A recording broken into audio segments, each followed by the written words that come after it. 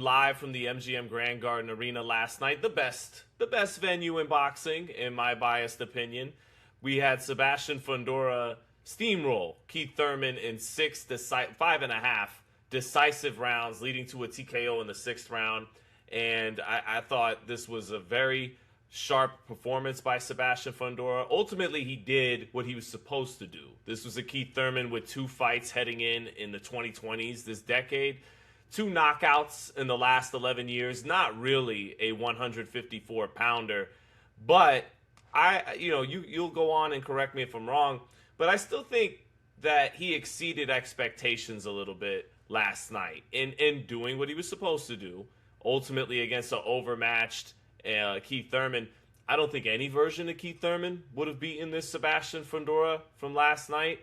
And I walked out of the arena hearing narratives about Fundora that I had never heard before, like maybe he really is the best 154-pounder. Maybe he really does beat Vergil Ortiz and even Jaron Ennis. And I think heading into this fight, he was a respected champion, a formidable champion. But I think most people, the reason why they were saying Ennis and Ortiz is the best fight in the 154-pound division is despite neither of them having a major world title, that people thought they were the 2 most elite fighters in the division. And I had Fundora pegged 3rd behind them. Now it's like those are 50-50 type fights. So I think Fundora has gradually improved over his last 4 outings, and those gradual incremental improvements have led to now a much improved Fundora. So, and I'll get into all that technical stuff as we move along, but what were your opening thoughts about Fundora last night? I saw all the gushing post-fight, and I understand it. Much respect, kudos, and credit to the world champion, Sebastian Fundora. It was a hard fight to watch. I enjoy seeing a young fighter coming into his own, improving in front of our eyes, exceeding expectations of some, and putting on a definitive performance on the big stage. All that happened Saturday night. What happened on the other side of the ring, though, has to be taken into consideration when we bestow all of these great narratives on the young Fundora. There is a reason why there were some doubts as to whether or not he was the number 1 champion at 154. Even the number 1 fighter saved the championships. What we saw last night, in my humble opinion, was not necessarily proof of improvement to the level that the gushing would have suggested. We saw a shot Keith Thurman. I don't know that any version of Keith Thurman doesn't beat Sebastian Fundora. I don't know. I'm not picking him. I'm not saying he does, but I'm saying that's a much more competitive fight with a Keith Thurman in his prime. And as little success as Thurman had, he did have the right game plan. And we must remember that, yes, a younger and maybe less experienced, hadn't gotten as good as he has now become in Fondora, was knocked out with somewhat the kind of game plan that Thurman was trying to employ. And let me talk about what I'm talking about. It wasn't lost on me, even though the very first punch that landed was significant, and it was because Thurman had lined himself up perfectly for the left hand, which seemed crazy. Like, why are you circling to your right against a southpaw? Like, what in the world are you doing? You know better than this. Like, surely you can't be making this mistake.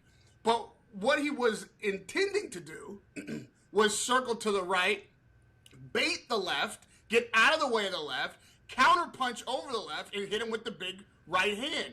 Then be able to work from the outside and hit him with hooks from if he steps outside to the left. Once you start baiting him, you start baiting the southpaw, and he's chasing you with the big left hand. If you can get out of the way and come with the overhand right, which is exactly what Thurman had planned, then you're setting him up, right? You're getting him to walk on shots, and then you start moving to your left, which, of course, Thurman had to start doing a lot earlier, I believe, than his game plan had designed. and start hitting him with left hooks over his right jab, hoping that he starts pawing with the right jab so you can counter it and you can take the big man down. And the body's right there for you as he reaches with the right jab.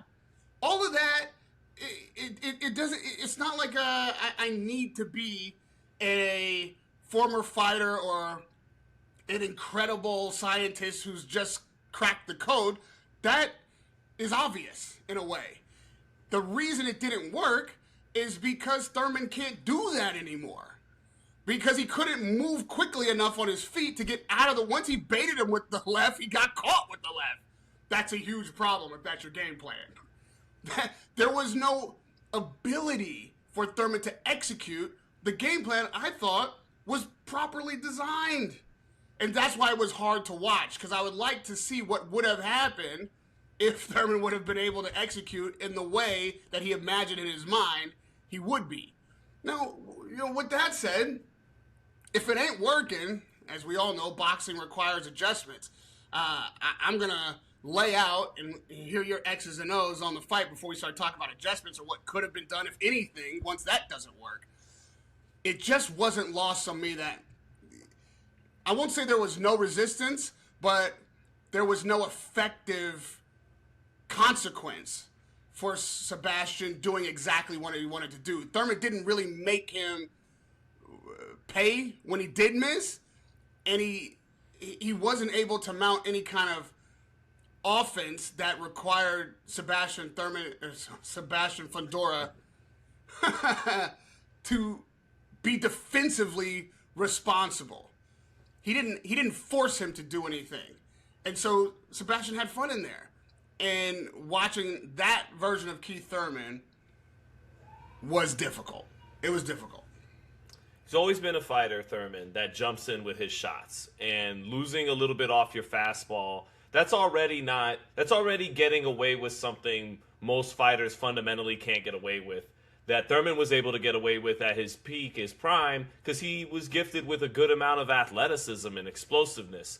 So now when you lose a little bit off of that, it's that much more easy for a fighter, especially one that's a foot taller, to pick you off and make you pay. You reach, I teach, right? And that is what Fondora did to him a couple times. When you talk about Fondora having to be defensively sound, and I agree with you, by the way, Tim Tszyu had already been knocked out by Bakram Murtazaliev. Keith Thurman's a faded version, an inactive version, fighting in a weight class where he's not optimized these days.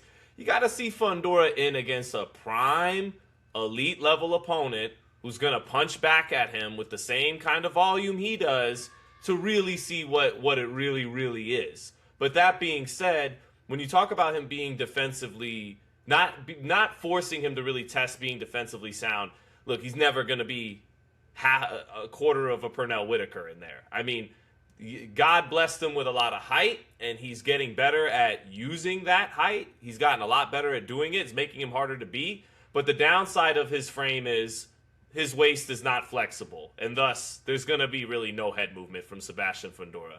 His defense is his offense, and his defense, what makes him harder to hit, is using the most of his distance and of his height and having a good sense of distance, when not to force the uppercut, which he doesn't do anymore, really. When to, the right punch at the right distance, and the volume of punches is his defense. But I felt that he did show being more defensively sound. And he even took a step back once or twice or three times, which for him is a significant development, okay? This is a guy who would just go downhill off his jab, and you could just wing shots, and he's going to be right there, and you're going to knock his head around like several fighters have done, from Lubin to Jamonte Clark to Tszyu in both fights, and on it goes. Thurman was seldom even able to do that because he is more defensively responsible, to go along with knowing that distance better now too. He's always been a guy who, when he jabs, when he throws shots, his punches don't really come back home. They'll come back to his chest. One hand will be down while he punches with the other one. And that still happened in spots here, but it happened in spots where it was safe and he was patient to set it up. it really only happened once he put 4 or 5 or 6 punches together. And the kid's got, well, he's 28, but the kid's got hand speed in this fight that's a little underrated. And the way the punches come out is less Gumby style, loosey-goosey, and he's getting more whipping leverage on it and a little bit better technique. And what we call it, Raheem, as you know, he's a little sharper now. But that aside, what I'm going to say is he kept it tighter. He kept it tighter, and he's not his patience by just because he misses a lot of his jab. I think his jab was only at around 20% connect percentage. But this is staying home now while he does it. And the few times Thurman tried to reach in, he made him pay for it. And then when it was the right time to unload the heavy artillery, he does it when it was more safe. So you're right. I mean, Ennis, Ortiz, Zayas, those guys are going to test his defensive responsibility a lot more. But even from last July against Zoo, I saw him being a little bit more defensively responsible by, But the word in the sentence that's operative is force. If you're being defensively responsible on your own terms, well, that's a version of training. That means that everything is working. If your defense essentially is your offense, then your offense has to be working. And everything was working for Fondora. And what I was hoping was that, in the sense that I was hoping to see a more competitive fight, I was hoping that Thurman would be able to force Fondora out of his comfort zone. He was in his comfort zone offensively and defensively, and as the offense is working that good, then defense, yes, is comfortable and not forcing you to be responsible when you have other plans. When you're talking about him only landed 20% of his jabs, but not paying for anything, well, if he's throwing that right jab and he's missing 80% of the time, I guarantee you Thurman's game plan was to come over the top of that jab and punish Fondora upstairs. He's, yes, an in-and-out fighter, but Fondora is so tall, so long, there's no way that Thurman, even in his wildest self-aggrandization, would think at this age he's going to be able to move like Manny Pacquiao in and out. Because there's a long way out when you're dealing with a fighter that has the reach that Fondora has. So I can only imagine that his plan was to set the trap, bait the trap, be able to slip the punch, stay in the pocket, and land on Fondora upstairs. And then, if that's working, he's got to defend upstairs, then you work downstairs. And of course, the old upstairs, downstairs, especially for a fighter that is as long as Fondora, could work for Thurman if Fondora's taking the bait, and if, these are big ifs, Thurman has the agility to be able to slip those punches and get in position for offense and the counter straight away. That's what was missing. So we saw the best of Sebastian Fundora. Even he said, well, when asked, was this, difficult? Not even more difficult than you thought. Was it even difficult? He said, no. He had fun in there. Everything was working. He had a great night, and kudos to him. He was prepared, and he was able to execute. But because Thurman wasn't, and he really wasn't put to the test, Fundora, I don't know how much we can take from this. And it sounds like maybe, I'm not giving the guy credit, and I hope people don't misunderstand that. You can only do what is available to be done, and Sebastian did everything that was asked of him and did exactly what, and you'll remember, I said to the round it was going to be 6, and indeed it was. I just thought that the first 3 were going to be a lot more successful for Thurman, and I would say I thought from 4 to 6 Sebastian was going to break down the old man. I figured whatever Thurman had in store probably wasn't going to last more than 3 rounds because of his age, because he looked like an older guy even in the build-up. And, unless he was going to defeat Father Time in the first 3 rounds, he was going to get stopped in the 6th. That's exactly what happened. With all that said, I think that is why this Thurman fight never fell out, even after the injury and the postponement, that they stuck with Thurman, because this is the right fight for him at the right time. With all that said, this is a great confidence builder. Everybody's talking about, some are giving him I believe, maybe more credit than this win deserves. He looked great. He's building a star and looking good doing it. That, as a promoter, is what you want. If you're a network that's relying on your promoter to make stars, this is how you make them. And Thurman has a big name, and he sells the fight, and then Sebastian comes out looking like that. That's exactly what you want right now. And dare I say, you want this a couple more times. You want a Spence, you want a Charlo. Go ahead, jump in there. Yeah, well, to pick off a few other things you said, it is tougher though when, again, the kid is actually knowing when to take a step back now, and this is staying home a lot more, even when that jab's falling short. And Thurman did get to his body a few times. It's just the power to the body didn't bother him at all, you know. And then when you do cut the distance, he fights very well on the inside. You know, he's a tough out. I hear you. You know, I still think, you know, Ennis and Ortiz could beat him, but I just stepped away from last night, going from I definitely picked both of them over him to it's a fight now. It's a fight. Let's see what it is. You know, I'm not like I don't just pencil both of them in over him now. It's a fight I gotta see to see who's gonna win it. And obviously we would pick a winner if they ever cross the finish line. But to your point about, yeah, PBC is gonna try to do that. They're gonna hope that Spence beats Zoo in Australia and then put him in with Fondora, and they're planning on putting Charlo in with him, right? And I talked to Charlo and had a fun back and forth with him last night, as you saw, right, Raheem? And Charlo's like, you know, they nobody ever beat me in this weight class, and the sanctioning bodies, they strip me. And I go, well, Jermell, when you don't fight in a weight class for 4 years, that's what happens. And to which I got called a bitch ass hater and all those kinds of things. But this is standard fare sometimes in the boxing game. I was fine with it all, but the point stands there. Here's the thing, though, right? And I understand the business of all that. You know, you make your in-house fights, and actually I don't hate the Charlo fight. I mean, I'm like everybody else who loves boxing. I much prefer Ortiz next. I much prefer a tournament of Zayas, Ennis, and Ortiz, Fondora. It's funny, I've been basically calling for that even well before, you'll recall, Ortiz and Ennis negotiations fell apart. I go, that fight deserves to be for some real hardware. Why not have Ortiz fight Fondora? Why not have Ennis fight Bakram, which turned into Josh Kelly, which is much more happily turned into Xander Zayas. So, but point being, let them have something of a quasi-tournament so that if Ennis and Ortiz are who we think they are for the last 12 months, the two true elite talents of the division, let them get some straps around their waist so that it really proves who's for the best of the division and not just the eye test Super Bowl of the Super Welterweight Championship.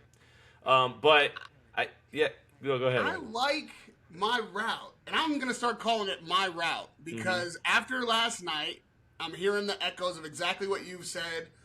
The winner of Zayas Ennis has got to face Fondora. I'm not sure about that. In fact, it's not exactly what I want. I want Fondora to get more looks. I think what Thurman provided for Fondora, while I'm not sure what we can take away from this win as to where he was when he came into the ring, will definitely improve him when he comes into the ring again, because Fondora got a look at Thurman's game plan that could have been more successful with a more agile, younger, effective fighter. And he's going to need to see those crafty vets put a game plan against him that actually can execute it so you can stay safe while you're winning, building your confidence, building your stardom, and making those other fights. I'm talking about a year, 16 months on the outside. This can all get done in a year. I'm not making people wait 3 years. But if I see him against Spence next, and then if, you know, then it's a question, like, because Charlo, as desperate as he is to be relevant now, if the last 3 years have really just been plagued with TMZ, Instagram posts, secret recordings, and terrible highlights of people coming at you in the street and nobody getting no action in the ring, it's going to be tough to watch these guys eclipse his name, never having lost at 154 pounds in that ring. watching people divvy up his championships and fight for undisputed eventually, and him become less and less part of the conversation. But because what he did at 54, he's still in the conversation. He's still, he's got that Tyson Fury rhetoric going now. No one ever beat him for his titles. Which no one's beat me. I'm the lineal champion, all this stuff. And when Tyson said it, at some point I had to start rolling my eyes, and he didn't like that. And when Charlo said it to you, you had to verbally roll your eyes, and he didn't like that. But that's the truth. At some point, it's too long. Mm-hmm. At some point, you're going to have to prove that in the ring and not in the interview. And you can't get mad at the interviewer because he's making you face the reality that, yes, you get stripped. Yes, the fight game moves on. Other people fill that vacuum. And at some point, we start talking about them and stop talking about you as the best in the division because we don't know what you are anymore. It's been 4 years and a lot of stories that might make us think you never get back there mentally, if not physically, which is difficult enough. But you add that mental stress and strain and the ability to even beat your own demons before you can beat an opponent. That's a high mountain to climb, and it gets higher and higher every day. So because of who he is and what he's done, he deserves to still be that kind of final boss. Before I would like to see him get a shot at one of these titles before anybody else becomes undisputed. If someone else is crowned undisputed before Charlo faces any of the champions, that is going to be a travesty. Because as long as that would take, if Charlo remains inactive for that amount of time, I don't believe it'll even be competitive. We see what it's like from Thurman when a fighter of talent and accomplishment is out of the ring, especially as he ages in the 30s, late 30s, for as long as he has. You can't just flip a switch. It is the fucking half of the 1% that can flip a switch like that. What was it? 3 rounds in 3 years? 4 years. In 4 years. I mean, that's a lot to ask of the greatest talents. You don't want to see that from Charlo a year or 2 on. It's no good. It's no good. It is the best path for Fondora, I think. Next fight, Spence. And Charlo get in there. Let Charlo get his feet wet in there. Come back into the game and then give him at least one fight. Let's make sure he's there. He can get through camp. He can make it to the ring. We can get a fight without any craziness. And then give him a shot at the title straight away. Second fight in. Okay, so, yeah, and I added the WBC after saying, hey, when Vergil gets through with his legal issues, you do your part as a supposed independent party and order the fight between your interim champion and your full champion. But back to your point about Charlo and Spence, I think Spence is overkill. I think Spence is another, what you saw last night. I think Spence is another faded former welterweight who has been inactive and will have nothing for Sebastian Fundora. At least Jermell Charlo is a big super welterweight when he makes that weight class. At least Jermell Charlo didn't take one of the all-time super fight beatdowns to Canelo. He just moved around a lot and took a knee and was non-competitive and non-engaging. But he didn't get the kinds of pounds of flesh taken out of his career that Terrence Crawford did to Errol Spence. And he's a bigger man than Errol Spence. And to your point, he's not the king of 154 and hasn't been for some time, but nobody has dispatched of the former king of the division. And a new king has yet to really be crowned. So you've got an angle there. You're right. But I think that my point on why I think Charlo and Spence back-to-back, I'm with you on Charlo. I like the fight. I'll watch it, I'll watch both, but you get what I'm saying. I like that fight. I'll come into that with some intrigue. I've seen this movie before, right? And I've seen it with PBC a couple of times, with Spence, with other fighters, where you got a guy who's still got, and I'm talking boxing now, not the business side. You got a fighter who's got the edge right now, who's hungry, who's ready to hunt, who's confident, who's peaking, who's firing on all cylinders. You let that dog hunt. You let that dog hunt with the big dogs and eat and fight.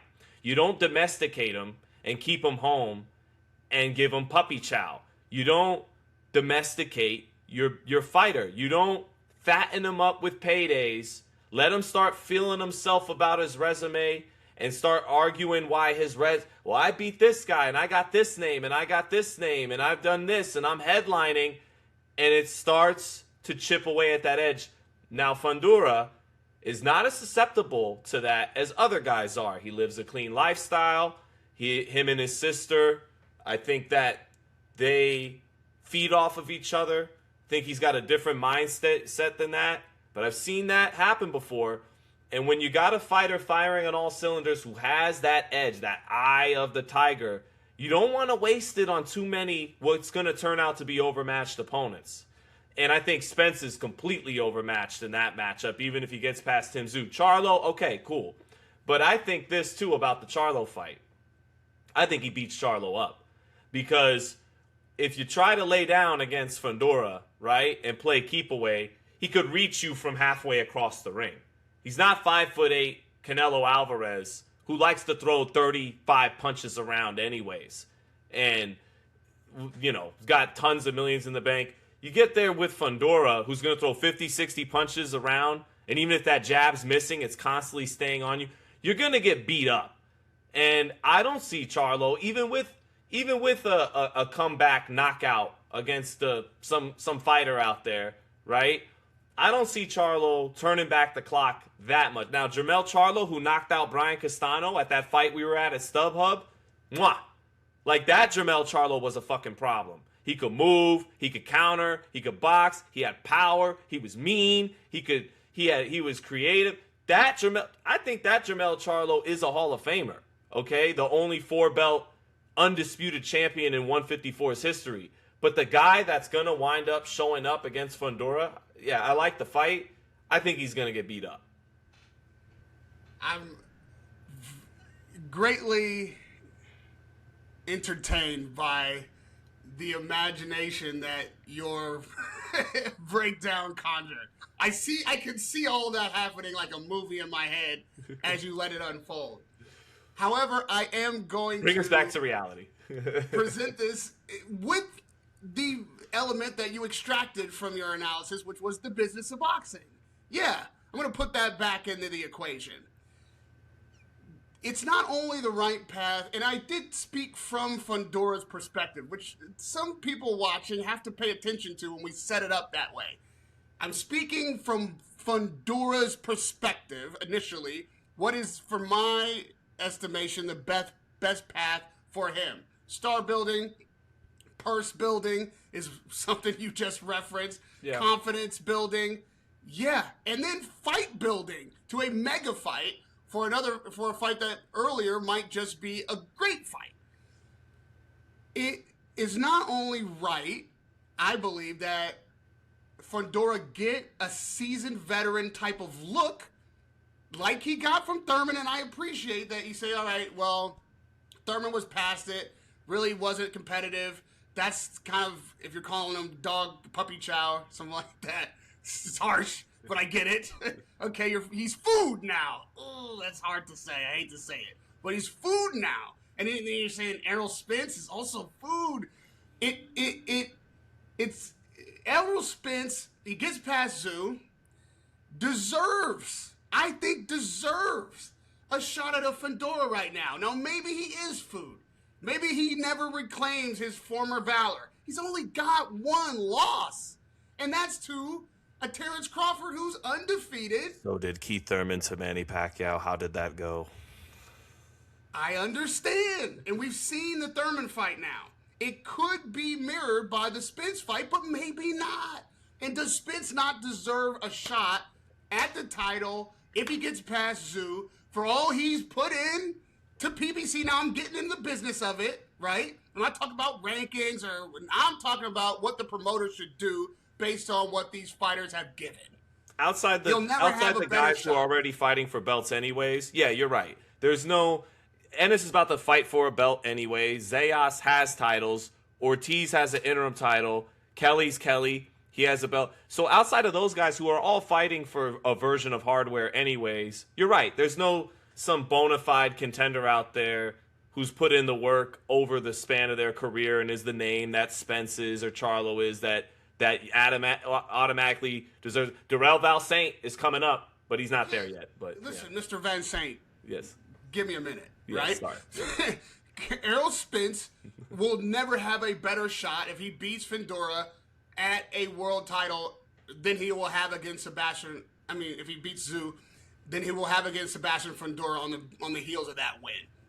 Sebastian will, I don't think, have a better opponent for spotlight the return of Spence on the heels of beating Zoo. Can he be back? Is he a shell of his former self, or is this the second chapter? The narrative writes itself. We'll all tune in. I would love to see Spence successful and have another chapter of his career and give Fondora a different look. Give him the Errol Spence look. And if Fondora is lucky, the Errol Spence of old, the prime Errol Spence, won't be in the ring, but his mind will be, his stature will be, his star power will be, and you'll get to see what that fight would be like without having the amount of risk that fight would be like if you were fighting a Spence in his prime. That's valuable experience. How many times we see fighters on the dais talking about their experience versus a younger fighter who might have the championship? Well, this is what experience is. This is the best way to get experience, really, when you can get a guy who's still got something but not everything and can show you what it looks like to be in there with him without you having to really be contested with the best of him. That is a fight that would be good for both parties. And Spence deserves a shot at the title. And you talk about Charlo. I mean, listen, if I'm the promoter and this fighter, his undefeated at 54, was undisputed, had mental problems, had life challenges, things that can happen to anybody. It's been a little bit of a long time, but he still has at least the hunger to fight reporters. Let's see if he still has a hunger to fight boxers. Give him a shot at reclaiming his throne. Yeah. Before it's too late. The promoter does. Don't forget, I'm the guy who made the case that Manny Pacquiao should get the Barrios fight for exactly the same reason, with a lot harder sell than both Spence and Charlo. So yeah, I believe in that. I believe that once you've been champion, once you've given a promoter your life, given them the kind of success and paydays and big shows that all three of these fighters I'm talking about have done, Pacquiao, Spence, Charlo, and you need another shot at it, you need one more grasp at glory, you want to see if there's a comeback in you, promoter, if he's got young champions he can line you up with, should give you that shot and should give his young champion a chance to face a legend or to face a veteran who can show him a look that he might not see from anybody else. I love those fights. Charlo, when he had that edge that I'm talking about Fondora has right now, might have knocked Fondora out. This version of Fondora we saw last night, he was a bad boy. I don't think that version's going to show up after all these years and a lot of money made, well into his 30s, having to come back down from the 168-pound division previous. But, yeah, I like the fight. I'm with you. And I'll tell you what, as long as we can have some kind of assurance that isn't there, that following these two outings against name veterans, accomplished name veterans in Errol Spence and Jermell Charlo, and as long as we could have some kind of assurance that Fondora will not lose his edge and his form and will want to prove himself as a champion against the other champions and that those fights can get done and all that, then I think what you're saying is very smart and very reasonable. You know, even though, again, I maintain the Spence fight is different than the Charlo fight to me. The Charlo fight is, okay, that makes it, like you said, former king, never got fully knocked off his throne. Spence, I think, is another Keith Thurman waiting to happen. But you make nothing but sound points about it. You know, I'm with it. And I'll just close on a few more X's and O's from the fight. Fondora's IQ is getting better, man. There was a few times he downloaded the data a little bit, which is what real champions do at this level now. And the way he led his shot with his sweeping left hand, he knew off the jab, he knew which direction Thurman was going to go, and that sweeping left hand met him where he was going to be. And put his punches together. He's always been a decent combination puncher, but I think they're a little sharper right now. I think The placement of them has gotten better, and yeah, I think he's gotten better, man. He's a sharper fighter. He's harder to deal with, and in person, I'd like for you to come out to one of his next fights if you get a chance, because in person, he's one of those fighters that's more daunting watching him in person than it is on television. You know how some guys are like that. So I like Fondora. He's doing his thing, and we'll see what's next. Any last things you want to say? From what we saw on the dais in the post-fight press conference, I believe the concerns you have about his character and potential ego, human nature, can be assuaged. What's that?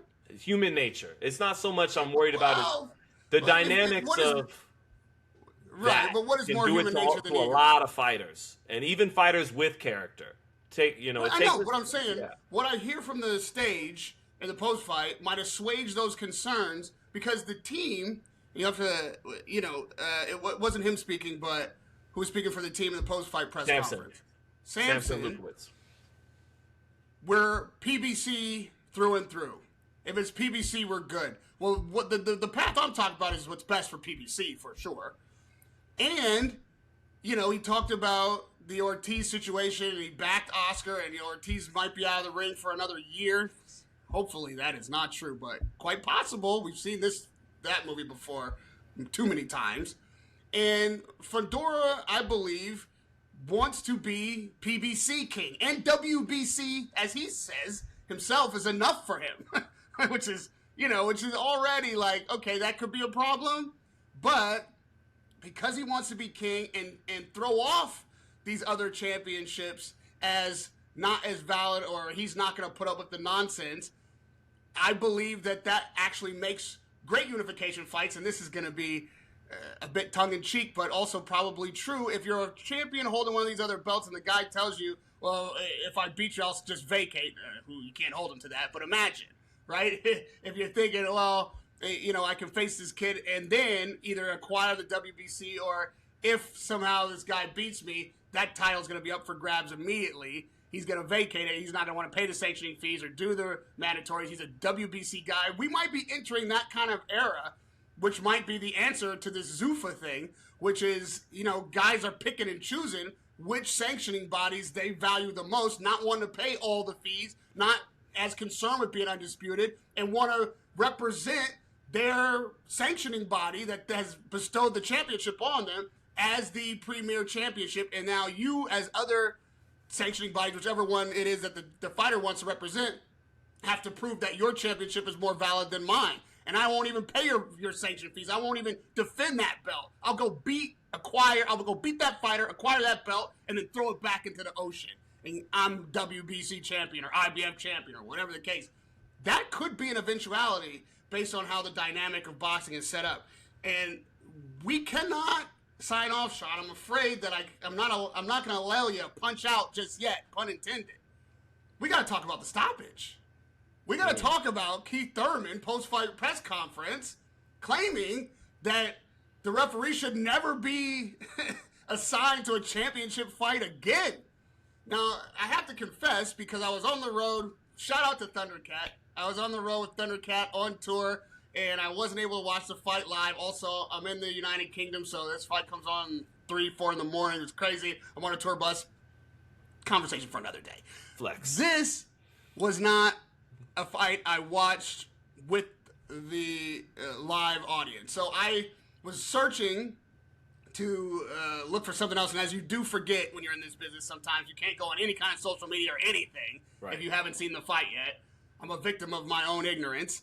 And I saw the stoppage. I saw the highlight of the stoppage, but nothing else. And I immediately thought, well, Jesus, how many times have he been knocked down? Like, what was that on the end of? That was I assumed that what had happened prior to that was devastating. I saw his face. I was like, geez, I assumed that he had been put down maybe a couple times, or he, had just gotten up off the canvas and was reeling.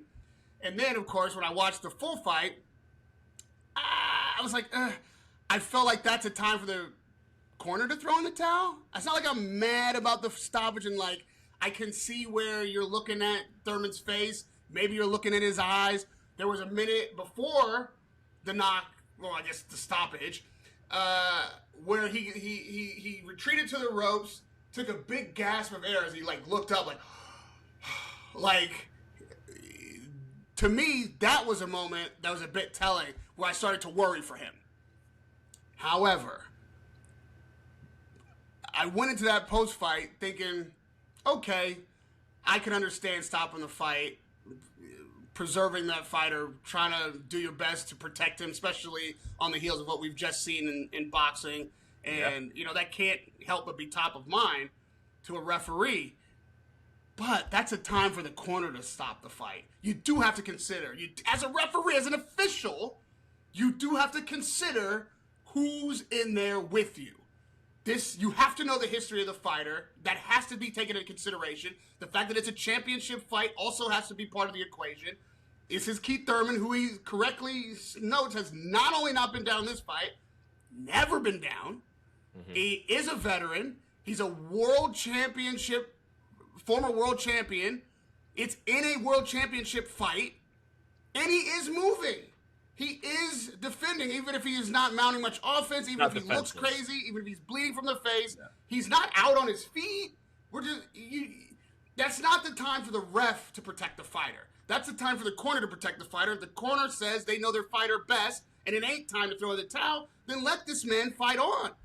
He convinced me in the post-fight press conference. I was on the fence before, but listening to him, a fair hearing, I think he's got a damn good point. I could understand how he feels that maybe something was taken from him. And I'm not suggesting that he was going to go on and do anything more. But he did deserve the opportunity. To go out on a shield. To create the greatest turnaround we've seen in ages. I wouldn't expect that. I'm not saying that I had any indication that was about to happen. But he doesn't deserve to leave the ring not knowing. Because the referee wanted to protect him. A younger fighter, not a championship fight, sure. In a different circumstance, when I mean like a different fighter, then that referee can make that call. But I have said this from the beginning. This is nothing unique to this fight, that the referee has to know the fighters he's in there with. And especially in a championship fight, you have to take into consideration the history of that fighter. This man has never been down in his career, much less in this fight. Yeah. If this is a world championship fight, he's a seasoned veteran. He's still moving. You gotta give him the shot to come back, or at least give him the grace of knowing for sure there was no road back, and that was taken from him. Well, yeah, Fondora, when he got dropped by Lubin, was thinking he was finishing Lubin, and sometimes that's when. And I said before the fight in the breakdown with Killer Cam and everything last Wednesday, I said, one key for Thurman might be your best shot is right when he's about to get you out of there, because that's when he gets overzealous offensively, and like against Mendoza when he thought it was going all offense and he thought he was on his way to stopping Mendoza, gets knocked out. Was on his way to stopping Lubin in the 7th round, gets dropped. But that being said, and I talked to Thomas Taylor after the fight, who is the referee you're talking about, and I told Thomas, because this is my first time meeting him, I said, you're the preeminent ref right now. You're the guy. He did Canelo Crawford. He is generally the referee getting the biggest assignments right now in the United States. I understand if you want to argue it's a premature stoppage. I respect and admire that Thurman's a warrior who wanted to go out on his shield, but it was not a bad stoppage. It was a merciful stoppage. And it was a stoppage that was best for Keith Thurman, because he gets to be stopped on his feet, and I say this respectfully, live in the delusion that he still had a chance when he really didn't anymore. And he gets to hold on to his pride and say, I was stopped on my feet, I still could have done this and that, but he may have convinced you, but look at his face through just 5.5 rounds. That's as beat up a face that I've seen in 5.5 rounds that I've maybe ever seen. And he landed a couple of would-be fight-changing punches in the last few minutes of the fight, and they did not change the fight. So it was only going to get worse for him. It was only going to get worse for him. And I look at it like maybe Thomas Taylor does know who, to your point, he does know who he's refereeing. He knows this guy has only fought 3 rounds in 4 years. He knows this guy is 37. He knows what he's looking at, that this is becoming a completely futile exercise and almost has been from the opening bell. I know. Maybe you're going to say that's not his job. It's not his job to play boxing analyst. It's it, well, right? But, yeah, but I think that ultimately it was a merciful stoppage that actually completely benefited Thurman, who you got to protect the fighter. It is one of the jobs of the referee, too. And Keith Thurman's got a beautiful family that Keith Thurman still has all his faculties, and you think you want to go out on your shield, but sometimes it's not really what's best for you. And I thought, if you want to argue it's premature stoppage, fine. I've seen fighters, he wasn't out on his feet like you said. He was still reacting. He was still doing something. But ultimately, I think the stoppage came at a time that was very beneficial for Keith Thurman. I have zero problems really with the stoppage. I don't think it was a bad stoppage. You're such an excellent analyst because everything that you said, especially about it being something of a gift that he can have this now delusion that there was just, he was ready to pull the trigger and he just got the gun snatched out of his hands. Exactly what I was thinking before the post-fight press conference, and not incorrect. And I never said premature. It's not a premature stoppage. However, it was a stoppage that was meant for the corner. And protecting the fighter is the job of the referee when the fighter can't protect himself. Protecting your fighter from himself is the job of the corner. Thurman could still protect himself because he was still defensive. He was still moving. He was still getting out of the way of punches, getting caught, but lucid and getting out of the way of punches, and could have any moment mounted some offense, whether it be futile or not. I don't believe that the referee in that instance is tasked with fight another day. Unless you're talking about much earlier in somebody's career, not a world championship shot. And yeah, okay. Yeah, because this could be his last dance. This could be his last dance, right? So yeah, that earns you something. Ended on his terms. Yes, and if that is the case, if the criteria that you're giving is the reason, I say again, that's a reason for the corner, not the ref. And I can't criticize the ref without context. I'm criticizing. I'm not saying he did I'm not saying he necessarily did something wrong. Like, oh, he's like Keith is right. He shouldn't be in world championship fights. I'm not going that far. I'm not even going so far to say it's a premature stoppage. I'm saying that I believe he was using the criteria that you're using, and I am convinced, not that Thurman was going to win the fight or that Thurman, in fact, was 2 punches away from springing his trap. I mean, he was giving us the rope-a-dope, right? Like, he was talking as if that... Ali was beating the shit out of George Foreman throughout that fight, low-key. I'm talking... Sean, I'm talking from Thurman's perspective, right?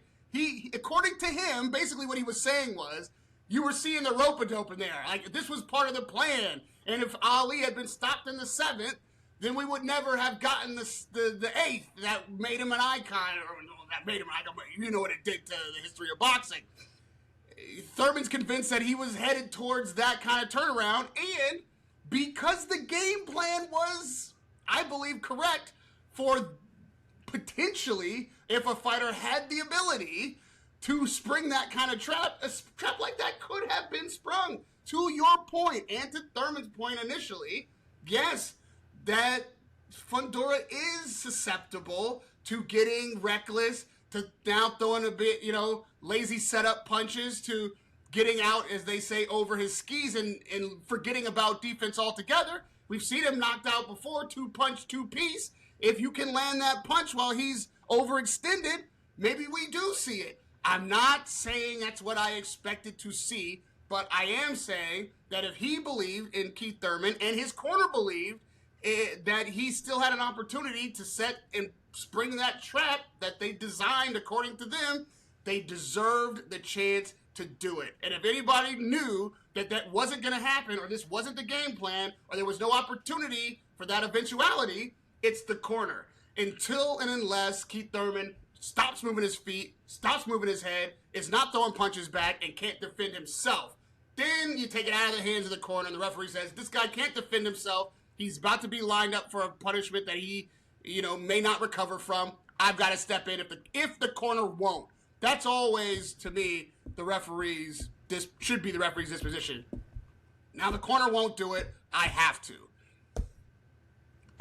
Give Keith his chance. And yes, he will live forever with this delusion and this argument. And maybe, and probably, he was saved from a much worse demise. He could always say at the end of the movie, you never had me down. You never put me down. You never got me down, Ray. Yeah. I like Keith Thurman.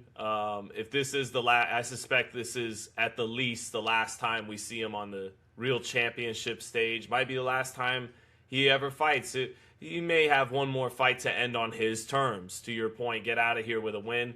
But it's been a pleasure to cover him. I wish more fighters had his personality and charisma. I wish more fighters were willing to engage in discourse the way he does. I've seen Keith Thurman get into full-on exchanges and arguments with fans in lobbies of casinos, let alone giving us guys that do this for a living a really good engaging back and forth to sell his fight, to whether you agree with him or not, to espouse his position on why he is or isn't doing something in his career.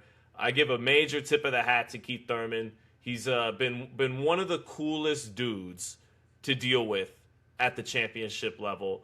And if this is farewell to him, then I bid him a good farewell back to Florida and a job well done in his career, even if a good chunk of his prime was squandered. I quite like Keith Thurman. I echo your sentiments, and I'm going to squeeze one thing in, because if we get off this thing, and I'm going to be like, I wish I would have said this. I've forgotten earlier. When Fondora wobbled and buckled Thurman, and he didn't go all the way down, but his knees went to a full L, and because of, I think, his conditioning, to be fair, he was able to get back up right without touching the canvas. When he was in that L, when he was down but not down, Fondora chose to lick his tongue out and celebrate instead of following up with a hook. You follow up with that hook, you maybe do finish this fight with a knockout, or at the very minimum, you knock Keith down with something vicious when he really was going to take a shot without defense, and maybe he gets up and you knock him down again, and then you get that kind of knockout. You can maybe get Keith counted out, and that little bit of glimpse, that little bit of immaturity, that celebrating too early, that letting that moment pass because you're having such success in the fight, is the kind of thing that facing a Spence, facing a Charlo, hopefully will teach you better than I wish for this sake, for Thurman's sake, if he doesn't go down in that moment because there's no follow-up shot that he was right there for, but Fondora chose to celebrate, and then Thurman comes back in the 6th round and knocks out Fondora because Fondora didn't finish him, being a young, arrogant, clowning fighter in that moment. That is a finish that Thurman would have worked for, earned, and the kind of moment that would prove experience and seasoning matter in there more than young fighters understand. Keith Thurman has done so much for us as pundits and reporters that cover the fights. He never is too busy for a quote. Mm-hmm. He will stop and talk to you at any time. Mm-hmm. He does sell his fight. He's one of those few fighters where you gotta interrupt him so you can get the question in, because he'll just ask and answer all of his own questions. I was in a lobby with Thurman and Broner at the beginning of both of their careers, and Broner was the guy. And Sam Watson came over to me and was like, you should talk to this Keith Thurman guy. Now, at the time, this is how early it was, I was actually helping Broner with his media.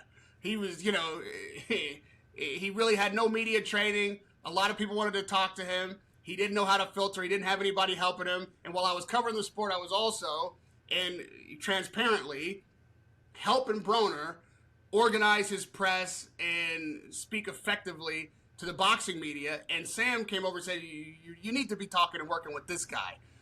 He's going to be the next big thing. He's a great personality. Give him a shout. And I did. And we had a series of very interesting conversations. And he was like, I'm enjoying meeting you, and you're a great dude. We can interview anytime. I don't need no press secretary. I'm my own press secretary. I can handle all my own press. Like, I don't need what Broner needs. And he was right. And from that moment on, I have had respect for and watched how he handles his own press, how he handles his own image, how he deals with adversity, how he stays relevant in the game, how he stays articulate and entertaining, how he deals with fans. And he was 100% right. He didn't need any help. But we did. In the boxing press, we did need help with fighters who would talk to us, who would expound on their feelings, who would be raw, who would be entertaining, who would give us quotes. He was always that guy. I'm not writing his eulogy. Maybe he will be back.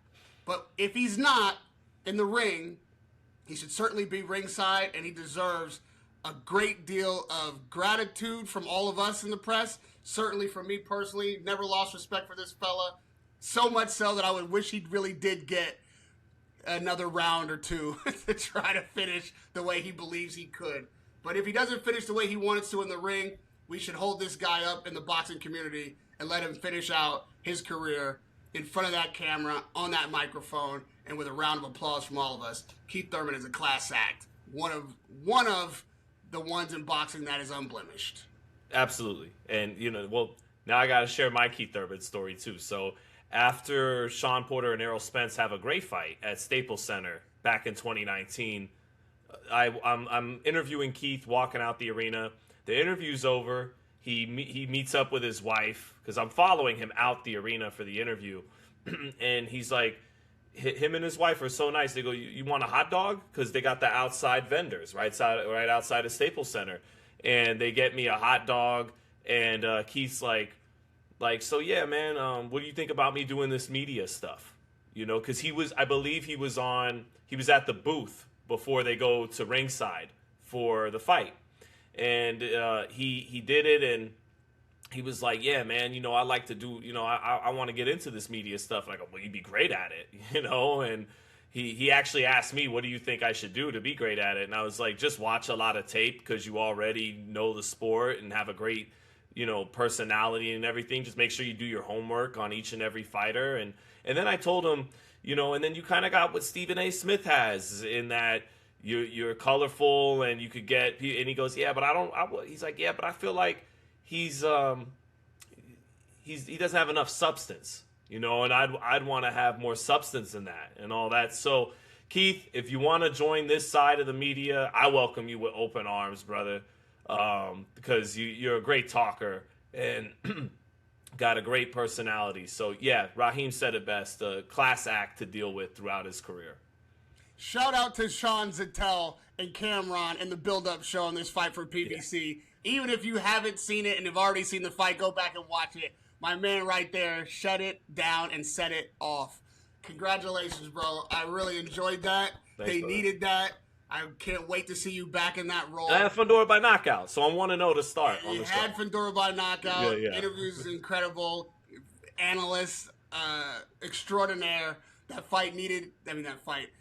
program needed the substance that you bring, needed the contrast between you and Cam. Everybody did an incredible job. And, man, shout out to Sean Zettel, the real Max Kellerman of this modern era.